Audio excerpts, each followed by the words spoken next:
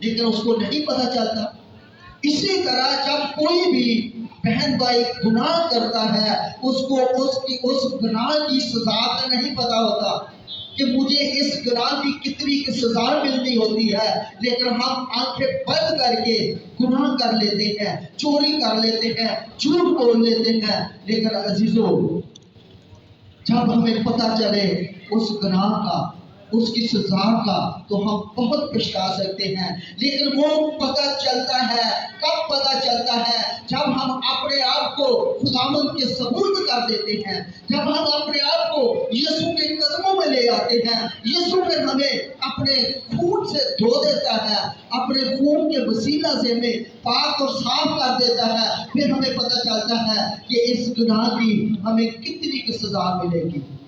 عزیزو، خداوند نے جب صلیب پر ان کو معاف کیا تو خداوند نے کہا کہ یہ نہیں جانتے کہ کیا کرتے ہیں۔ ان کو بھی نہیں پتا تھا اس ٹائم پہ کہ یسوع مسیح کتنی بڑی ہستی ہے، یسوع مسیح خدا کا بیٹا ہے، یہ تو ہمارا نجات دہندہ بن کر آیا ہے۔ تو عزیزو، جب یہ باتیں ہوئی تو پھر صلیب پر خداوند کے ساتھ دو ڈاکوؤں کو مصلوب کیا تھا، ایک کو دہنی طرف اور ایک کو بائیں طرف۔ تو عزیزو، جو ایک ڈاکو تھا جو اپنی جان کو بچانا چاہتا تھا، اپنے آپ کو اذیت سے بچانا چاہتا تھا، اس کا مقصد یہ نہیں تھا کہ میں یسوع کے آگے درخواست کروں گا، یسوع کی منت کروں گا تو ہمیں بچا لے گا، بلکہ اس نے کہا کہ ہم اس سزا سے آزاد ہو جائیں۔ تو اس نے کہا، کیا تو مسیح نہیں؟ تو خدا کا بیٹا نہیں؟ اگر تو خدا کا بیٹا ہے، اگر تو مسیح ہے تو اپنے آپ کو بچا اور ہمیں بھی بچا۔ عزیزو، یہ اس کا ارادہ اچھا ارادہ نہیں تھا، اس کا ارادہ نجات کا ارادہ نہیں تھا، اس کا ارادہ تھا کہ ہم اس سزا سے بچ جائیں اور چھوٹ جائیں۔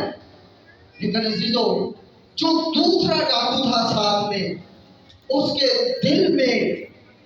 کے دل کو خداوند نے کھول دیا، اور اس نے کیا کیا؟ اس نے دوسرے ڈاکو کے ساتھ کیا کیا؟ اس ڈاکو کو اس نے ڈانٹا، اس ڈاکو کے ساتھ وہ ناراض ہوا۔ اس نے کہا کہ تو نہیں جانتا، تو خدا سے بھی نہیں ڈرتا، کیا ہم جو سزا پا رہے ہیں اسی سزا میں وہ بھی مبتلا ہے، وہ بھی وہی سزا پا رہا ہے، لیکن ہماری جو سزا ہے وہ تو واجب ہے، کیونکہ ہم تو اپنے کاموں کا بدلہ پا رہے ہیں۔ لیکن یسوع مسیح نے تو کوئی ایسا کام نہیں کیا کہ جس کے وسیلہ سے اس کو صلیب پر سزا دی جائے۔ عزیزو،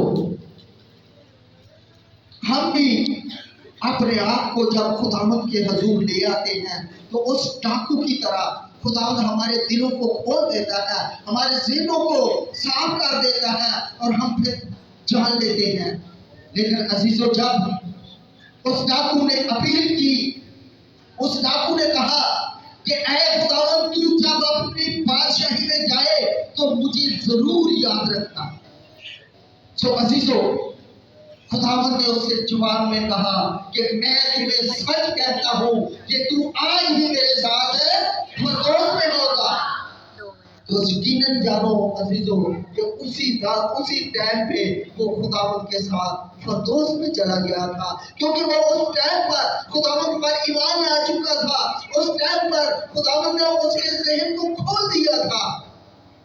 تو عزیزو، دوسرا ڈاکو جو تھا وہ ہلاکت میں جا پڑا، اور ایک ڈاکو جو ہے وہ خداوند کے ساتھ فردوس میں چلا گیا۔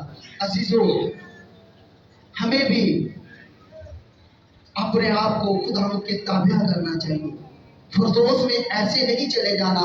یہ ایک مثال خداوند نے پیدا کی ہے صلیب پر کہ تو آج ہی میرے ساتھ فردوس میں ہوگا۔ اس کا مطلب یہ ہے کہ اگر تو بچپن میں، تو جوانی میں، تو بڑھاپے میں اگر پورے دل سے میرے پاس آ جائے تو میں سچ میں تجھے تیری زندگی کا رخ بدل دوں گا۔